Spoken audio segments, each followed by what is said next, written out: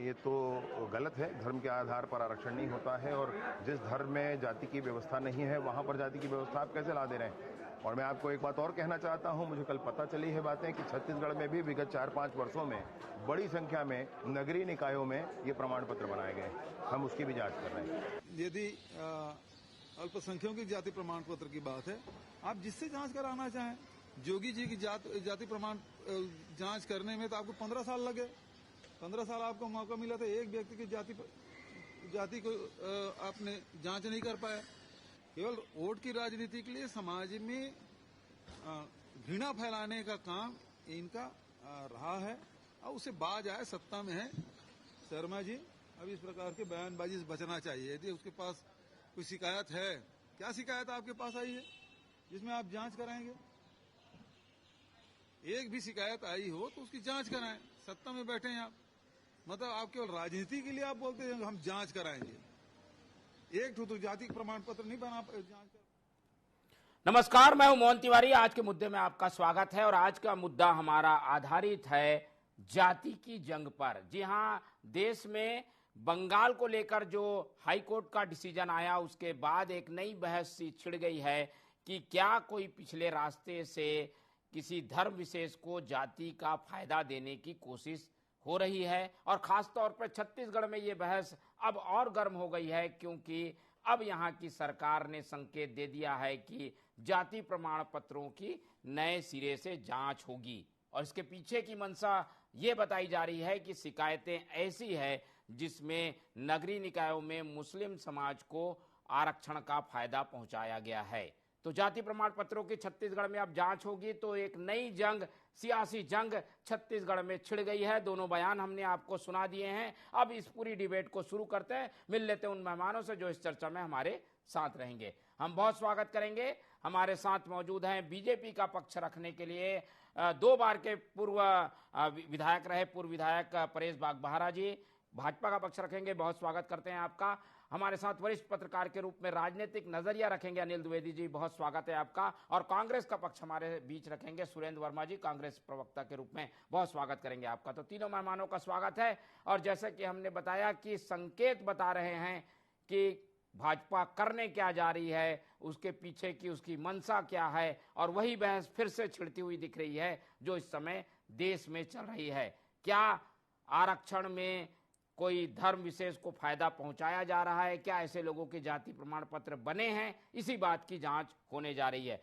भाजपा की आखिर सोच क्या है, क्यों भाजपा ये फैसला ले रही है? पहले परेश बागबाहरा जी से समझ लेते हैं। बागबाहरा जी, क्या जरूरत थी इसकी? यहाँ तो कोई ऐसा धर्म विशेष का आरक्षण भी नहीं है, जाति प्रमाण पत्र बने हैं, जिसके नियम हैं उस नियम के तहत प्रमाण पत्र दिए गए हैं। अब आप लोग इसकी जांच क्यों करना चाहते हैं? देखिए, जो कलकत्ता हाई कोर्ट का जो फैसला है वो चिल्ला कर इस बात को प्रमाणित कर रहा है कि जो इंडी गठबंधन है जिसमें कांग्रेस मुख्य रोल निभा रही है, वो जो है वो तुष्टीकरण, मुस्लिम तुष्टीकरण की राजनीति करती है। और जो राहुल गांधी जी अपने रैलियों में कह रहे हैं कि हम 50% का बैरियर तोड़ेंगे और आरक्षण और बढ़ाएंगे, तो वो इस दिशा को इंगित करता है कि वो आरक्षण किसको देने वाले हैं। और इस तरीके से जो ये सांप्रदायिकता पूरे हिंदुस्तान में फैलाने की कोशिश कांग्रेस कर रही है और जो इंडी गठबंधन कर रहा है, इसके खिलाफ जो है भारतीय जनता पार्टी इस बात के लिए संकल्पित है कि धर्म के आधार पर कोई आरक्षण नहीं होगा। लेकिन उसके बावजूद भी अभी पश्चिम बंगाल से ये पोल इनकी खुल गई है कि धर्म के आधार पर ये आरक्षण करते रहे हैं। तो शायद ऐसा लगता है, जिस प्रकार उप मुख्यमंत्री कह रहे हैं कि उनको इस बात की सूचना मिली है कि यहाँ भी पिछले 5 सालों में बहुत संख्या में यहाँ पर प्रमाण पत्र ओबीसी के ऐसे लोगों को पिछले दरवाजे से बांटे गए हैं, तो उसकी जांच बिल्कुल होनी ही चाहिए और जांच से दूध का दूध और पानी का पानी हो जाएगा। चलिए, जांच से दूध का दूध और पानी का पानी हो जाएगा। पारदर्शिता होनी जरूरी भी है, लेकिन इसके एक नियम बने हुए हैं। उसके बावजूद सरकार जांच करना चाहती है, ये सरकार का अधिकार है। लेकिन संकेत क्या कहते हैं इसे राजनीतिक रूप से परिभाषित करने के बाद? कांग्रेस की क्या प्रतिक्रिया है, सुरेंद्र वर्मा जी से समझ लेते हैं। वर्मा जी, हो वही रहा है उंगलियां घूम फिरकर उठेंगी कांग्रेस की ओर कि देखिए पिछले शासन में ये जातियां जो नहीं थी उन्हें प्रमाण पत्र दे दिया गया या फर्जी प्रमाण पत्र दे दिया गया। दोषी ठहराने के लिए निशाना लगाया जा रहा है इस फैसले के जरिए आप लोगों पर। मोहन भाई, एक 16 सेकंड का वीडियो मैंने व्हाट्सएप पर आपको भेजा है। बिल्कुल, मेरा विनम्र निवेदन है कि आप अपने लोकप्रिय चैनल में चला दीजिएगा उसको जब भी अवसर मिले। देश के लोकप्रिय प्रधानमंत्री नरेंद्र मोदी जी ने हाल ही के साक्षात्कार में ये कहा कि गुजरात में मुख्यमंत्री रहते उन्होंने मुस्लिम संप्रदाय के 70 जातियों को ओबीसी का लाभ दिया। ये जिस तरह से राजनीतिक लाभ के लिए ये राजनीतिक पाखंड करते हैं, इनको दूसरे प्रदेश के उच्च न्यायालय का फैसला तो याद है और 1.5 साल से छत्तीसगढ़ के सर्वहारा समाज के जो अधिकार हैं उसमें एससी है, एसटी है, ओबीसी है और सामान्य वर्ग के भी गरीब जनता के लिए 4% का आरक्षण का प्रावधान है। ये बताएं किसके इशारे में राजभवन में रोका गया है? कब तक जन सरोकार का विधेयक राजभवन में कैद रहेगा? तो भारतीय जनता पार्टी के नेता दलीय चाटुकारिता में जो उछल के बयान दे रहे हैं, देश के प्रधानमंत्री का बयान एक बार सुन ले जो उन्होंने साक्षात्कार में कबूल किया। तो क्या ओबीसी के आरक्षण का अधिकार को मोदी जी ने जो मुस्लिम संप्रदाय के लोगों को दिया है उसके लिए कैसे माफी मांगेंगे? विजय शर्मा जी झूठ बोल रहे हैं, प्रदेश के गृह मंत्री या भाजपा के प्रवक्ता झूठ बोल रहे हैं या देश के प्रधानमंत्री ने झूठ बोला, ये स्पष्ट करें। मूल बात मोहन भाई, हमारे यहाँ जो आरक्षण की व्यवस्था है पूरे देश में वो जातिगत आधार पर है और जाति व्यवस्था जो है सभी धर्मों में है। आपको याद होगा लंबे टाइम तक जो तिल्दा जनपद में अध्यक्ष रहे सिख संप्रदाय से आते हैं, सिख धर्म मानते हैं। रंजीत सिंह भाटिया जी वो ओबीसी यादव समाज से थे और उसके आधार पर ओबीसी रिजर्वेशन का लाभ उन्होंने लिया। उसी तरह से अलग अलग धर्मों में भी जाति व्यवस्था है और मोदी जी ने स्वयं स्वीकार किया कि वो मुस्लिम संप्रदाय के 70 जातियों को ओबीसी का लाभ दिया।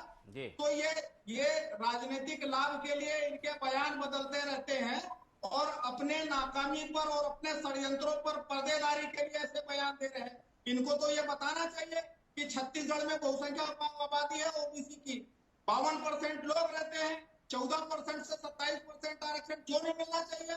सेंसस के आधार पर 32% जो यहाँ पर आदिवासी भाई हैं उनको 20 से बढ़ाकर 32% क्यों नहीं मिलना चाहिए? आरक्षण काटने का पाप तो ये भाजपाइयों ने किया है। अनुसूचित जाति का 13% से कम करके 12 किए, जबकि सेंसेक्स में उनकी गणना जो है 13% की है। हमारी सरकार जो पूर्ववर्ती सरकार थी कांग्रेस की, प्रदेश में तो ईडब्ल्यूएस को भी आरक्षण की व्यवस्था की है और इनके नेता तो तमाम आपको याद होगा मोहन भागवत का बिहार चुनाव के दौरान इनका बयान कि आरक्षण को समीक्षा करके खत्म कर देने का समय आ गया है। इनके प्रचार प्रमुख आरएसएस के मोहन वैद्य उन्होंने कहा था, हाल ही में सांसद सीपी ठाकुर ने कहा, तो ये मूलतः आरक्षण विरोधी लोग हैं। भारतीय जनता पार्टी के नेता केवल और केवल राजनीतिक लाभ के लिए बार बार बयान बदलते हैं।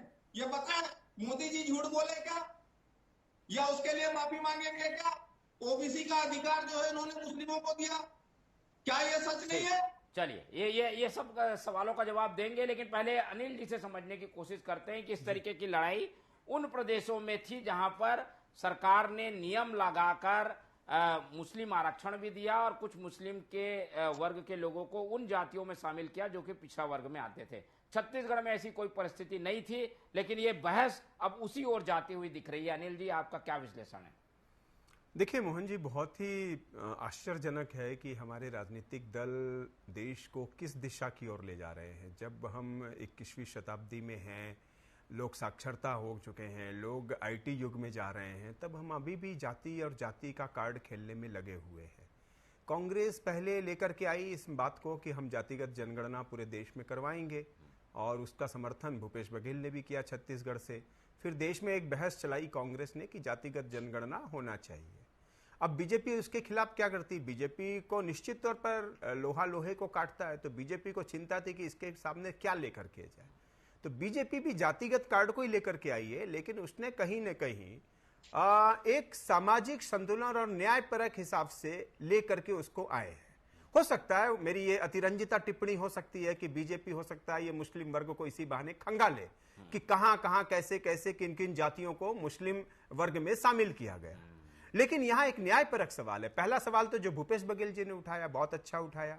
उन्होंने बोला कि जो पार्टी 15 साल तक अजीत जोगी की जाति नहीं साबित कर पाई, वो अब कैसे जातिगत जनगणना करेगी। लेकिन इससे बड़ा सवाल एक और है, वो ये कि जब मंडल कमीशन लागू हुआ मोहन जी, तो मंडल कमीशन ने मुस्लिमों के वर्ग में 18 जातियों को शामिल कर लिया, जिसमें वो अलग अलग कैटेगरी के थे, लेकिन उनको मुस्लिम सोसाइटी में शामिल कर लिया। अब उन 18 जातियों को बाहर लाने की कवायद शुरू हुई है। बीजेपी की निगाह उन्हीं 18 जातियों पर है कि वो मुस्लिम में कैसे शामिल हो गए, उनको आरक्षण कैसे मिल गया। इसलिए बीजेपी अब उस जो फ्लैप्ट है उसको बाहर लाना चाहती है। इसलिए शायद वो कह रही है कि हम जातिगत जनगणना करेंगे। फिर उसकी चिंता रोहिंग्याओं को लेकर के, उसकी सिंग्या जो सबसे निचले वर्ग में है, जो अलग अलग जातिगत आरक्षण ले रहे हैं या वोट बैंक का हिस्सा बने हुए हैं, उनको भी बाहर लाने की बात है बीजेपी की। तो बीजेपी ने तो अभी निश्चित तौर पर पहला स्टेप आगे बढ़ा। ये काट है कांग्रेस के उस जातिगत नारे की जिसमें उन्होंने कहा कि हम जातिगत जनगणना करेंगे। और यदि ये नारा चल पड़ा तो सोचिए क्या होगा, कांग्रेस को इसका कितना फायदा हो सकता है। इसलिए बीजेपी ने बकायदा रणनीति पूर्वक उनके सामने एक सवाल खड़ा किया है। लेकिन चिंता पूरे समाज की होनी चाहिए कि आज भी हम, ठीक है, हमारे आवेदन पत्रों में, हमारे प्रमाण पत्रों में आज भी जाति लिखना पड़ती है, लेकिन ये क्यों नहीं हट सकती? क्या जरूरी नहीं है कि हम सिर्फ धर्म तक सीमित रहें, 4 धर्मों के लोग रहें? जाति क्या आना जरूरी है? तो इस तरह के सवाल कहां ये हो रहा था कि प्रमाण पत्र से अब जातियां भी हटाई जाएंगी। आपको याद होगा मोहन, बीच में यही आंदोलन चला था बीच में कि जाति की पहचान क्यों होनी चाहिए इंसान की। लेकिन अब उस नारे को राजनीतिक दल भूल गए हैं। क्यों? क्योंकि उनको वोट का फायदा दिख रहा है। जातिगत जनगणना कांग्रेस यदि कर रही है तो निश्चित तौर पर उसको कहीं ना कहीं वोट बैंक नजर आ रहा है। आज बीजेपी यदि उसके खिलाफ, उसके सामने में कोई एक ब्लैफ्ट खड़ा कर रही है तो उसको भी चिंता है कहीं ना कहीं अपने वोट बैंक की। लेकिन देश का जो पढ़ा लिखा वर्ग है, जो सोसाइटी है, वो ये बात को समझ रही है कि आपने पहले आरक्षण का कार्ड खेला, फिर धर्म का कार्ड खेला, फिर अब आप जाति का कार्ड खेल। छत्तीसगढ़ में है क्या ऐसी संभावना, लग रहा है क्या ऐसी कुछ गड़बड़ी हो सकती है जो उजागर होगी जांच से? जहां भी विशाल और व्याप्त समाज है किसी राज्य में, वहां पर यह कार्ड आमतौर पर काम करेगा। क्योंकि जातियों में तो अभी हम बटे हुए हैं। हिंदू समाज में भी बहुत सारी जातियां, अलग अलग धर्मों में बहुत सारी जातियां हैं, और जातियां हैं तो उसके ऊपर धर्म का अस्तित्व है। तो जातिगत जनगणना करा के या जातिगत सेंसस निकाल के जैसा बीजेपी कर रही है, कहीं ना कहीं वो चाहते हैं ये राजनीतिक दल कि हमारा एक वोट बैंक बना रहे और ये निरंतर बढ़ता रहे, भले फिर इसकी कुछ भी कीमत चुकानी पड़े। ठीक है, तो एक कोशिश एक तरीके से उस नीतिगत फैसले की ओर जो है इशारा करती है कि बीजेपी इससे वो चीज निकालना चाहती है जो आने वाले दिनों में मुद्दा बने, और इसीलिए कांग्रेस सवाल पूछ रही है। तो जवाब ले लेते हैं बीजेपी से। 4-5 सवाल सुरेंद्र वर्मा जी ने पूछे कि भाई आप लोग इतने ही अगर जाति को लेकर, आरक्षण को लेकर सजग हैं, तो एक तो जाति को लेकर, आरक्षण को लेकर पेंडिंग है बिल, वो क्यों अब तक पास नहीं हुआ? जाति का प्रमाण पत्र बनाने की जो प्रक्रिया है उसे कांग्रेस ने काफी सरल किया, उसकी वजह से प्रमाण पत्र बने हैं। तो क्या किसी की कटौती करने के लिए ये फैसला लिया गया है कि जांच करके कुछ लोगों के नाम काटे जाए? कुछ जो मुस्लिम जातियां जिनको आरक्षण मिलता था मोदी जी के कार्यकाल में, उनके प्रदेश में भी मिलता था, वैसी स्थिति को हटाने के लिए आप लोग ये जांच कराना चाहते हैं क्या? ये कुछ सवाल है परेश जी। देखिए, ऐसा है कि मंडल कमीशन का विरोध संसद के अंदर पूर्व प्रधानमंत्री राजीव गांधी जी ने किया था। उन्होंने कहा कि ये आरक्षण नहीं होना चाहिए। ओबीसी आरक्षण का विरोध जो है राजीव गांधी जी ने संसद में किया था। ये बात संसद की कार्रवाई से आप देख सकते हैं। और जहां तक आरक्षण का सवाल है, 65-70 साल इनकी सरकारें रही हैं, इन्होंने आरक्षण के लिए क्या किया? किस तरीके से आरक्षण लोगों को सही मूल्यांकन के हिसाब से जिसकी भागीदारी उतना आरक्षण दिया क्या? इन्होंने क्यों नहीं किया? क्योंकि ये आरक्षण विरोधी हैं। ये जो हैं मुस्लिम तुष्टीकरण की सिर्फ राजनीति करना चाहते हैं। लालू यादव जो इनके गठबंधन के जो एक पार्ट हैं, उन्होंने कहा कि SC, ST, OBC का सबका आरक्षण खत्म करके मुसलमानों को जो है आरक्षण दे दो। तो इस तरीके से धर्म आधारित जो है आरक्षण करने की ये बात करते हैं। जबकि हमारी पार्टी कहती है कि जिस तरीके से बाबा अंबेडकर जी ने बोला था कि धर्म के आधार पर राजनीति नहीं होगी, जिस प्रकार सरदार पटेल ने कहा था कि धर्म के आधार पर राजनीति नहीं होगी, आरक्षण नहीं होगा, उसी प्रकार से नरेंद्र मोदी जी कह रहे हैं कि धर्म के आधार पर आरक्षण नहीं होगा। ये ना छत्तीसगढ़ में क्या जरूरत आन पड़ी, यहाँ पर क्यों ऐसी? छत्तीसगढ़ में भी वही लोग हैं जिन लोगों ने इस प्रकार के इनके गठबंधन के लोगों ने गड़बड़ किया है। आप देख लीजिए, जामिया मिलिया इस्लामिया में SC ST OBC का आरक्षण खत्म कर दिया गया और मुसलमानों को आरक्षण दे दिया गया। उसी प्रकार अलीगढ़ यूनिवर्सिटी में कर दिया गया। तो इनकी आदत है, ये सांप्रदायिक लोग हैं, ये मुस्लिम तुष्टीकरण के नाम से पूरे देश को बांटना चाहते हैं, क्योंकि कांग्रेस को मालूम है कि उसके पैर के नीचे से जमीन ये निकल बांटना चुकी चाहते है। हैं, लेकिन आप इस जांच से क्या करना चाहते हैं? जांच से जो है हम न्याय करना चाहते हैं OBC समुदाय को, जिसका हक छीना गया है उसका हक हम लौटाना चाहते हैं। सुरेंद्र वर्मा जी खुद OBC समुदाय से हैं, न्याय की बात हो रही है, आप लोगों को न्याय मिलेगा जांच से, इसमें क्या गलत है सुरेंद्र वर्मा जी? मोहन भाई, दलित चाटुकारिता में भारतीय जनता पार्टी के नेताओं में होड़ मची है झूठ और लफाजी की।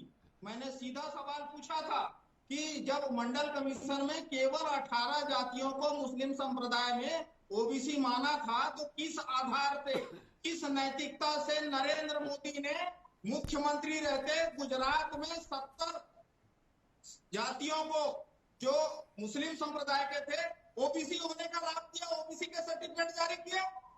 ये दूसरे प्रदेशों का जामिया मिलिया तो याद है, छत्तीसगढ़ में 27% रिजर्वेशन OBC को देने के लिए पूर्ववर्ती कांग्रेस की सरकार ने फैसला किया था। किसके इशारे पर, किसके षड्यंत्र के तहत राजभवन में कैद है? तो ये बताना चाहिए। वरिष्ठ पत्रकार हैं अनिल द्विवेदी जी, जिस तरह से आरक्षण के संदर्भ में यह सर्वविदित है कि यह संवैधानिक व्यवस्था है, देश के भीतर जातिगत ढांचा है, उससे इनकार नहीं किया जा सकता और उसको संविधान ने भी स्वीकार किया है और संरक्षण देने के इरादे से ही आरक्षण को स्वीकार किया। लेकिन ये भारतीय जनता पार्टी के नेता, इनको दूसरे प्रदेशों के फैसले तो याद आ रहे हैं।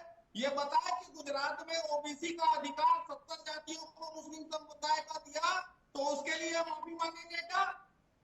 तो ये अलग अलग समय में इनके बयान बदलते रहते हैं। कांग्रेस की सरकारों ने देश के संसाधन खड़े किए, आज निजीकरण करके सरकारी नौकरी के रोजगार को, खास तौर पर ये आरक्षित वर्गों के युवाओं के रोजगार के अधिकार को सरकारी नौकरी के लिए बेचने का पाप कर रहे हैं। जिस तरह से बड़े बड़े उपक्रम बिक रहे हैं, 30 से बड़े सार्वजनिक उपक्रम बिक गए केंद्रीय सचिवालय में। मोहन भाई, पहली बार ऐसा हुआ कि अपने पूंजीपति मित्रों के कर्मचारियों को संयुक्त सचिव के पद पर भरे गए। पॉइंटेड सवाल करिए, पॉइंटेड जी वर्मा जी, पूछता हूं उनसे, जो केंद्रीय सचिवालय में लेटरल एंट्री करके संयुक्त सचिव के पद भरे गए, उसमें आरक्षण रोस्टर का पालन हुआ क्या? और मोदी जी ने जो 70 जातियों को, मुस्लिम संप्रदाय के 70 जातियों को OBC का सर्टिफिकेट जारी किया, उसके लिए ये OBC संप्रदाय से माफी मांगेंगे क्या? बागवारा जी, आप लोग जो आरोप कांग्रेस पे लगाते हैं वही सब आप काम कर चुके हैं, ये कहना है। ऐसे में दूसरों को आप कैसे दोषी ठहरा सकते हैं? देखिए, ऐसा है कि ये इनकी राजनीतिक बयानबाजी है। अगर ऐसा हुआ है तो ये जाए वहां कोर्ट में, गुजरात में जाए, सुप्रीम कोर्ट में, और इस बात का फैसला करवाएं क्या इस प्रकार का काम हुआ है कि नहीं हुआ है। कुछ भी हवा में बात कर देना और बात। चुप रहिए आप, अभी आप चुप रहिए, बीच में मत बोलिए, बिल्कुल चुप रहिए आप, बीच में मत बोलिए आप, चुप रहिए आप, बिल्कुल करके बोलने की जरूरत नहीं बीच में। बागवारा जी एक करके बात, बीच में मत बोलो, चुप रहो। अपना लंबा भाषण दे करके आप अपनी बात रखिए, आप अपनी बात रखिए, आप अपनी बात रखिए, बिल्कुल। हाँ, ये ध्यान रखो आप, एक एक करके अपनी बात। मैं आपका ध्यान आकर्षित करना चाहता हूँ कि पश्चिम बंगाल में इन लोगों ने किस मैं दूंगा, सुरेंद्र वर्मा जी मौका दूंगा आपको, सुन लें। ध्यान रखिए कि वहाँ पर जब ममता बनर्जी नहीं थी तो वहाँ पर कुल जातियां जो है 108 थी, उसमें हिंदू 55 थे और मुस्लिम 53 थे, और वो 108। उसके बाद जब ममता बनर्जी वहाँ पर बनी, उसके बाद 71 जाति और जोड़ा गया, उसमें 5 हिंदू जोड़े गए और 65 मुस्लिम जोड़े गए। इस प्रकार से जो OBC में 179 हैं, उसमें मुस्लिम जाति 66% है और हिंदू जाति 34% है। ये आपको मैं बताना चाहता हूँ। ये इस प्रकार का इन लोग यहाँ यहाँ पर सांप्रदायिक दंगा फैलाना चाहते हैं, देश में अराजकता फैलाना चाहते हैं, यहाँ पर विवाद करना चाहते हैं, जाति से जाति को लड़वाना चाहते हैं, हिंदू को मुस्लिम से लड़वाना चाहते हैं। ये इनका खेल है। ये जो चाटुकार लोग हैं, ये तलवे चाटने वाले कांग्रेसी लोग, ये इस प्रकार की बात करते हैं। ये आप ध्यान रखो, आप ये ध्यान रखना, ये चाटुकार लोग, ये तलवे चाटने वाले लोग, ये इस प्रकार की बात करते हैं। मैं आपको बताना चाहता हूँ। तर्क ये भी दीजिए ना कि आपको जांच यहाँ अगर करनी है तो इसके पीछे कोई ठोस कारण होना चाहिए, केवल आप किसी को कटघरे में खड़ा करने के लिए। अब ये हाई कोर्ट का डिसीजन आया है। पहले लोग पश्चिम बंगाल में भी नहीं मानते थे। पहले से भारतीय जनता पार्टी वहां बोलती थी कि ये ममता बनर्जी यहाँ पर मुस्लिम कार्ड खेल रही है। वहां पर ऐसे जातियों को भी आरक्षण ओबीसी का दिया गया है जो पश्चिम बंगाल में नहीं पाए जाते, जो बांग्लादेश में पाए जाते हैं। सरकार भी करना चाहती है। अब राजनीति किस ओर जाती हुई दिखाई दे रही है, अनिल जी से समझ लेते हैं। अनिल जी, ऐसे में दोनों तर्कों को आपने सुना, अब क्या लग रहा है, ये लड़ाई और बढ़ेगी? किस ओर जाता हुआ ये पूरा जो है सिनारियो दिखाई दे रहा है आपको? बिल्कुल बढ़ेगी, क्योंकि अभी छत्तीसगढ़ में नगर निगम के चुनाव भी होने हैं, तो स्थानीय चुनाव, नगर पंचायत के चुनाव, तब तक तो ये मामला भी बहुत ज्यादा खींचेगा। लेकिन यहाँ पे मैं 2-3 बड़े सवाल उठाना चाहूंगा। सवाल यह है कि राजनीतिक दल जिस तरह से फैसले करते हैं सरकार में आने के बाद, कोर्ट उस पर मुहर क्यों नहीं लगा पाते? क्योंकि वो जानते हैं कि ये कानून के खिलाफ है, यह न्याय संगत नहीं है। कांग्रेस सरकार जो आरक्षण लेकर के आई थी, क्या उसे कोर्ट ने पास कर दिया? हाई कोर्ट ने उसमें क्या स्टे नहीं दिया? दूसरी बात, आज अभी परेश भागेरा जी कह रहे थे। मैं आपको इस बात पे सुरेंद्र भाई मुझे बोलने दीजिए। एक मिनट, हाँ सुरेंद्र भाई मुझे बोलने दीजिए। हाँ बिल्कुल चुप रहिए, बीच में चलिए बागवारा जी चलिए सुन लेते हैं। हाँ, बोल लेने दीजिए, बोलिए। आधार पूछा था, जस्टिस छबीलाल पटेल की अध्यक्षता में कमेटी बनी, क्वांटिफाइबल डाटा आयोग के रिपोर्ट के आधार पर 76% आरक्षण। अरे कोर्ट ने कहा 50% से ज्यादा आरक्षण नहीं दे सकते। आप इसका क्या जवाब दिया आपकी सरकार ने? अभी 50% से ज्यादा आरक्षण नहीं दे सकते, कोर्ट का क्या जवाब दिया आपने? क्या जवाब दिया? कोर्ट ने नहीं कहा कि आप ज्यादा नहीं दे सकते। 50% से ज्यादा आरक्षण नहीं लागू होगा, ये सुप्रीम कोर्ट का फैसला है। कोर्ट ने आधार पूछा था, तमिलनाडु में कितना % आरक्षण है बता दीजिए आप मुझे। बिल्कुल, वो एक वहाँ भी खारिज कर दिया बाद में उन्होंने। ना किया है, आप जाके देखिए फैसला। नहीं, अगर ठोस आधार होगा तो आरक्षण का दायरा बढ़ाया जा सकता है। इसीलिए सभी प्रदेशों को कहा गया है कि एक आधार दीजिए। छत्तीसगढ़ सरकार ने दूसरा मैं ये कह रहा था मोहन जी, दूसरी बात मैं ये कह रहा था, देखो ये बीच में बोलते रहेंगे। दूसरी बात मैं ये कह रहा था, पश्चिम बंगाल में भी जिस तरह कोर्ट ने हस्तक्षेप किया, वो भी एक संकेत है राजनीतिक दलों को कि आप जो है मर्यादा में रहिए। आप जरूरत से ज्यादा आरक्षण समाज को मत बांटिए, ये वर्ग भेद बढ़ाता है, ये वैमनस्य बढ़ाता है, इस पर राजनीति मत करिए। आप जनता समझदार हो चुकी है, उसे किसे वोट देना उसे मालूम है अच्छे से। तो ये चीजें हैं। इस तरह से देखिए, जातिगत जनगणना की जो बातें हैं वह निश्चित तौर पर आज समाज में कई तरह की प्रतिक्रियाएं देखने को मिल रही हैं। अब मैं आपको एक उदाहरण बताता हूं। क्या ये ऐसा सभी समाज में हो सकता है कि जब कोई धर्म संत बनता है, धर्म ग्रहण करता है, संत बनता है, साधु बनता है, तो अपनी जाति छोड़ देता है? आपको याद होगा, सिर्फ उसका शुरुआती नाम याद रहता है, पिछड़े का छोड़ देते हैं। और मैं एक बात और बताऊं आपको कि आरएसएस को लोग इतना ज्यादा वो करते हैं, आरएसएस के प्रचारक आजकल जब संघ में आते हैं उन्हें अपना जाति और सरनेम छोड़ना पड़ता है। ये इसलिए मैसेज है समाज में कि हम समाज के लिए काम कर रहे हैं, हम बगैर किसी जाति और उस दुराग्रह के बगैर काम कर रहे हैं। तो जातिगत जनगणना का जो मामला है, मुझे लग रहा है अभी बीजेपी ने भी वही क्लैप खेला है जो कांग्रेस खेली है, उसका एक जवाब है। हालांकि ये भी शुरुआती दौर में है, लेकिन 2 बड़े सवाल उठाऊंगा। अलीगढ़ मुस्लिम यूनिवर्सिटी इतना बड़ा फैसला सालों पहले कर लिया था, क्यों सरकार ने आपत्ति नहीं की? क्यों नहीं की आपत्ति उस पर? उसमें किसकी सरकारें थी? अलीगढ़ मुस्लिम यूनिवर्सिटी, जामिया मुस्लिम विश्वविद्यालय, ऐसे कई फैसले मोहन जी वहां जातिगत को लेकर के हुए हैं और सरकारों ने उस पर कोई आपत्ति नहीं की। क्यों? क्योंकि वो मुस्लिम वोट बैंक का हिस्सा थे, वो आपके वोट बैंक का हिस्सा थे। और आज बीजेपी उसी का जवाब देने के लिए ये पैतरा खेल रही है। ठीक है, बीजेपी भी कुछ ना कुछ इसमें राजनीतिक हित देख रही है। 30 सेकंड में दोनों की प्रतिक्रिया ले लेता हूं। पहले सुरेंद्र वर्मा जी। अब इस तरीके की स्थितियां बनेगी, कांग्रेस का क्या स्टैंड होगा? कांग्रेस इस पूरे फैसले को कैसे देखेगी, कैसे इसका डिफेंड करेगी? मोहन भाई, देश में जातिगत संरचना जो है उससे इनकार नहीं किया जा सकता। ये केवल और केवल भारतीय जनता पार्टी का राजनीतिक पाखंड है।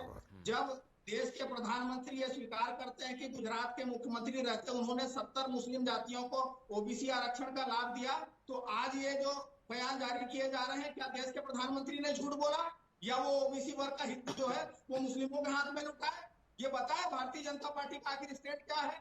देश के प्रधानमंत्री जब ये कहते हैं कि 70 मुस्लिम संप्रदाय के 70 जातियों को ओबीसी का लाभ गुजरात में उन्होंने मुख्यमंत्री रहते दिया, तो उस पर इनका क्या स्टैंड है ये बताएं। ठीक है, चलिए वो ये जो बॉल है एक तरीके से पाले में अब बीजेपी की ही आ गई है। बीजेपी इसका जवाब देगी। बाघ जी, ऐसा पहले भी होता रहा है, बीजेपी सरकार में भी होता रहा है, फिर आप लोग उन्हीं चीजों पर आपत्ति क्यों कर रहे हैं? देखिए, आपत्ति इन लोग कर रहे हैं, जरूर इन लोगों ने 5 साल में बड़ी संख्या में इन्होंने प्रमाण पत्र बांटे हैं, जिसके मारे डर के मारे इन लोग इस प्रकार की बातचीत कर रहे हैं। और ये निश्चित रूप से निकलेगा। जिस प्रकार से वहां पर के हाई कोर्ट ने वहां ममता बनर्जी जो इंडी गठबंधन की बड़ी पार्टनर है उसका पोल खोला, वैसे ही पोल यहाँ खुलने वाला है और ये आदमी बीच बीच में बोलता रहेगा। मैं इसके टाइम में नहीं बोला। आप अपनी बात करिए, समय लास्ट है जी, जल्दी जल्दी। तो इस तरीके से जो ये नरेंद्र मोदी जी के खिलाफ बोल रहे हैं, मैं इसका खंडन करता हूं। आप जाइए कोर्ट में वहां पर और लेके आइए निर्णय। जिस प्रकार ममता बनर्जी के खिलाफ निर्णय हुआ है। चलिए, ये बहस तो अभी चलती रहेगी। फिलहाल हाँ, हमारी चर्चा को हम यहीं खत्म करेंगे क्योंकि समय की कमी है। चर्चा काफी लंबी हो सकती है क्योंकि विषय काफी बड़ा है, लेकिन एक पहल जरूर कर दी गई है। अब जांच के बाद स्थितियां जब आएंगी तो एक बार फिर से डिबेट में बैठेंगे। इस पूरी चर्चा में हमारे साथ अनिल द्विवेदी जी जुड़े, उनका बहुत धन्यवाद। परेश बाघबारा जी ने समय दिया, उनका धन्यवाद। सुरेंद्र वर्मा जी हमारे साथ थे, उनका बहुत बहुत धन्यवाद। तो तीनों मेहमानों का धन्यवाद करते हुए आज की चर्चा यही खत्म करते हैं और आप लोग से रखते हैं उम्मीद कि आप लोग देखते रहेंगे TV24। रखिए अपना बहुत ख्याल। नमस्कार।